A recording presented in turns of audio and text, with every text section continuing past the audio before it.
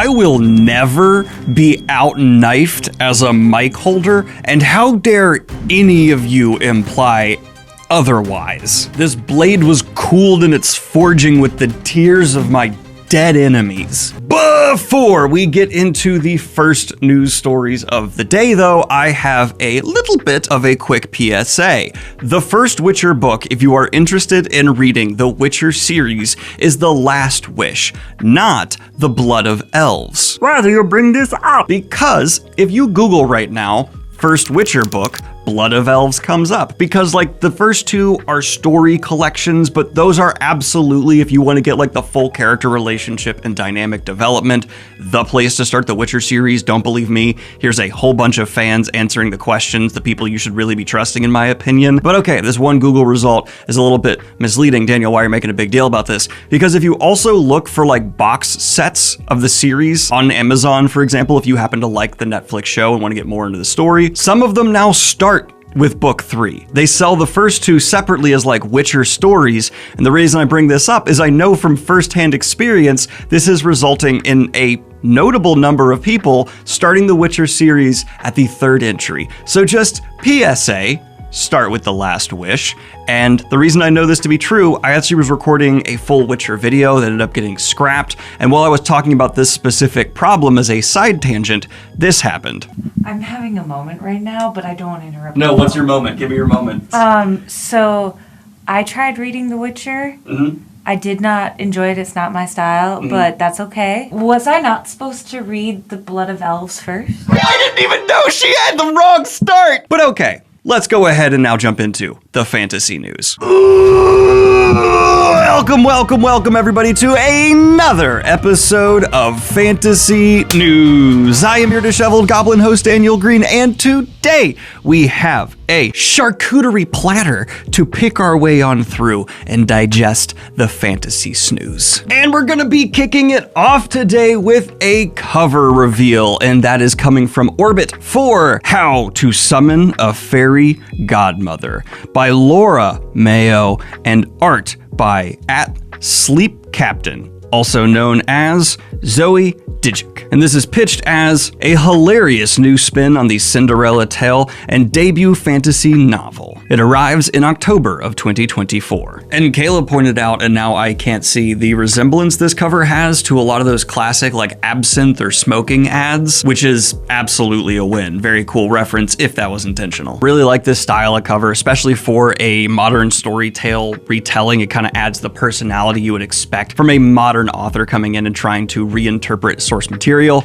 Get bonus points approval from me, especially since Kayla got me a little bit into Lore Olympus, and I've just seen a whole bunch of kind of takes on classic tales, mythologies, Brothers Grimm related things done really well for the modern era. This kind of stuff catches my attention, and the fairy godmother character specifically getting reimagined isn't something I knew I wanted until I saw this book. And now, just proving that I am somehow cursed to always have big news drop right when I am putting out a fantasy news. Remember how in the last episode of Fantasy News I complained that like Sanderson may have been waiting to do jokingly a reveal for a cover just before Fantasy News was coming out to annoy me? Well, in the last episode of Fantasy News, happened again, because Suzanne Collins, like 2 hours before that Fantasy News went live, announced a new Hunger Games novel set to be released in 2025, titled Sunrise on the Reaping. It is a prequel to the original series, taking place 40 years after the events of the most recent release from the series, The Ballad of Songbirds and Snakes, which is set to have a movie release next year, March of 2025, and this brings me to a quickie add-in to this story. We are also already planned to get a movie for this book, which will be coming out November 20th of 2026. And this might be the fastest I have ever seen a movie for a book announced. They basically just did a simul release. It was like an hour later. They were like, and it's a movie, which I know they already had that planned, but I like to imagine the book was announced and then just people in Hollywood were like, fucking Get me Nicholson on the line. He'll say yes to anything. okay, I need you to listen. The book, it's gonna be, yeah, okay, don't worry. I need the movie rights. The movie rights. Full.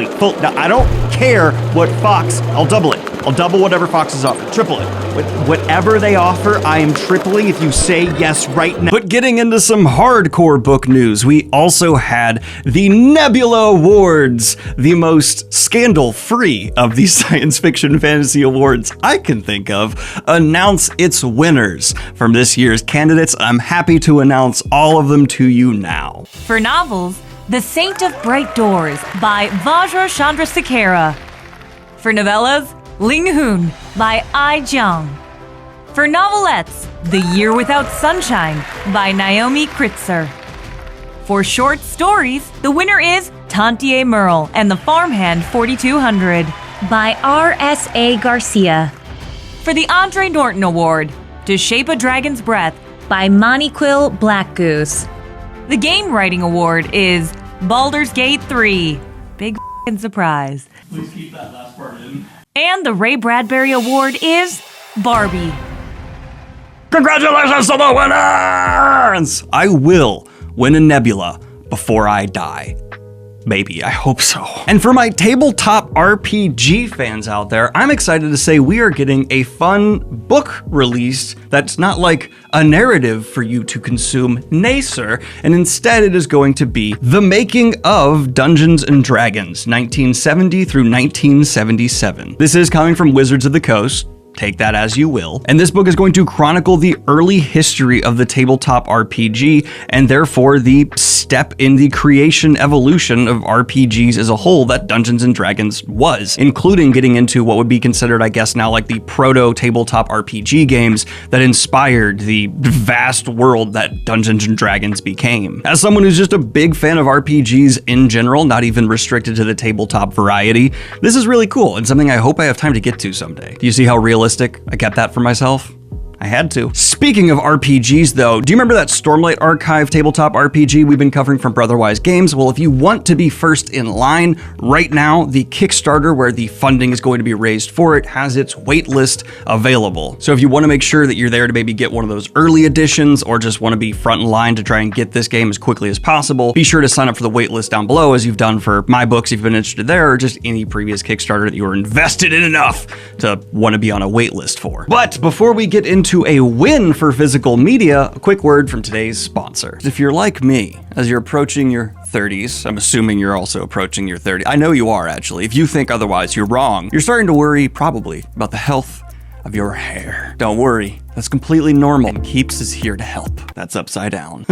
They have helped over 1 million men, including other people in my own family. They don't want me talking about their balding in front of my audience for obvious reasons, but they're near me as well. Keep their hair and have over 4,500 5-star reviews.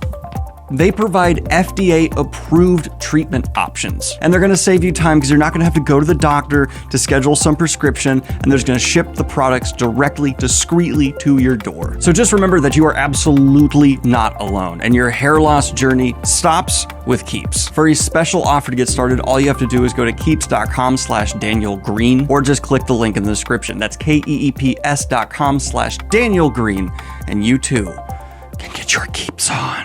Now, when it comes to that physical media win, I'm happy to say that we are now officially going to be getting a 4K Blu-ray released with exclusive bonus features for Arcane Season 1. Yes, as the hype for Season 2 is building with these new character promotions coming out and the poster we covered in the last fantasy news, now it is confirmed for those of you who are fans of physical media, for those of you who like to be able to own the art you love, you'll be able to get that just ultra crisp, no lag over the digital sphere Arcane experience with bonus exclusive content. This is coming from G Kids, and little is known about an official release date, but you can sign up for a mailing list. I tend to personally avoid those because I hate getting those emails, but I'll be keeping an eye out for it.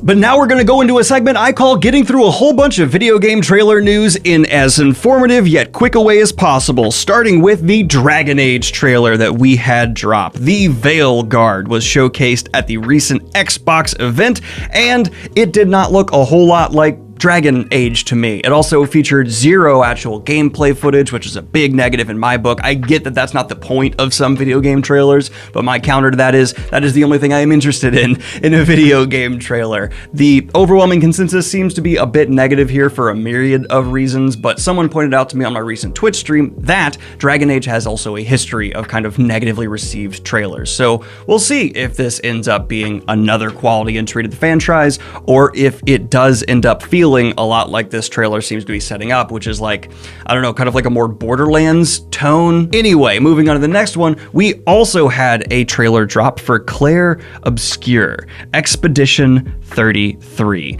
And in terms of the visual wow of all the trailers we saw at this Xbox event, it easily takes the cake. I know the least about it because I have not been following development, but I'm now regretting not exactly having an Xbox anymore, but I'm sure it might be available eventually on PC with the way the industry trends are going. I was wrong, it's not an Xbox exclusive, it's coming out to the PlayStation 5 PC and Xbox, my B. And in the trailer, I really hope we see improved from its first showcasing because I like the premise quite a bit. We also got a trailer for South of Midnight, a Southern Gothic third-person adventure, Souls-Light, whatever that means, game. And here I was really underwhelmed by the combat, and the graphics and art style are fine enough, but the premise has me. I'm a big sucker for Southern Gothic. It is something I immediately am drawn to from like a world and narrative level because of all the cool fantasy elements that are a bit underutilized that are more common in Southern Gothic. That being said, it looks straight out of like pre-Shadow of Mordor level of combat experience, which is a bit disappointing, and I hope that we see a lot of polish the next time we get a look at this game.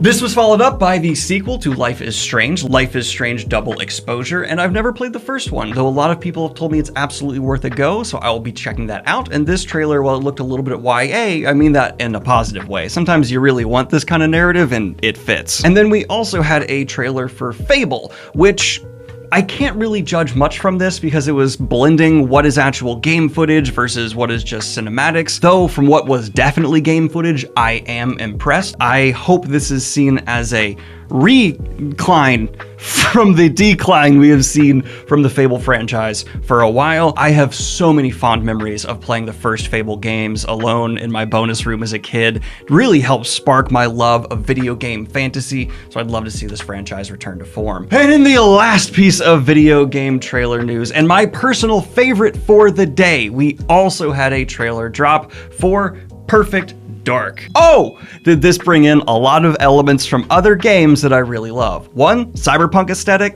I'm a slut for that. 2, Mirror's Edge style environment moving, absolutely up my alley. And if you're gonna steal from the best. Not that this is, you know what I mean. Anyway, this was just like a whole lot of action. Didn't exactly seem boundary pushing, but near the edge, pun intended, and doing what's done before incredibly solidly. And that I like a lot. I've been needing a good like noir-esque cyberpunk game and having an additional angle of like that Titanfall level wall running. I'm in for it. But before we get into the Indie Pub promo of the day, I have a little bit of channel news update. You might see a bit of uptick in fantasy newses in the near future. 1, we are entering that time of year where there's just a lot more going on in entertainment. But 2, additionally to that, I am focusing a lot on writing my next book, Better Dead. I feel like I'm really writing something special here, and I'm kind of in this writing fever. So I'll be working on fantasy newses probably twice a week. If there's not a ton of news, maybe just an additional random video. But right now, I am in a writing haze. I'm also in talks with a couple of agents, so I want my focus just on writing. And fantasy newses do well in the algorithm for me, and we're making a little bit more money with the ad rates coming up. So just from a business perspective, stars are aligning for there to be an influx of newses in the future. And then finally, we are having a Pride Month merch drop. And then finally, we're having a Pride Month merch drop soon. And then finally, we're having a Pride Month merch drop soon, which, sorry for it being a little bit late. We're just waiting for the final samples to get in, and we want to make sure everything is up to par before we hand it off to you all. But I think it's going to be something special. Maybe my favorite merch drop we've ever done. But now, a book from one of you in the Goblin Horde. And today's book from the Goblin Horde is An Altar on the Village Green by Nathan Hall. Pitched as a fantasy horror inspired by Dark Souls, Resident Evil 4, and Zelda Majora's Mask. If one suffers, I suffer. If one is chained, I am chained. My faith called me to become a lance. My compassion drew me into one of the fallen lands. Through my connection with the chained god, I alone can find and destroy the horror that stains the land. Death can no longer chain me. But I couldn't have imagined the madness waiting for me in this village. I'm not sure my faith can withstand the secrets I'll uncover, or that my compassion can survive the violence to come. This horror may swallow me whole. Death can no longer free me. A creature stalks in the dark, buildings burn, people die, an altar has been built on the village green. But this has just been your latest episode of Fantasy Schnoss. Nerd of the Rings, I absolutely outdid your multiple blades with my Mongo knife blade of Klasa. I just got this on Amazon for like $20. And like and subscribe if you have not already. Hit the Patreon if you'd like to support what I do here. We've had a bunch of bonus content drop there recently. And have a good one, y'all. Love you. Bye!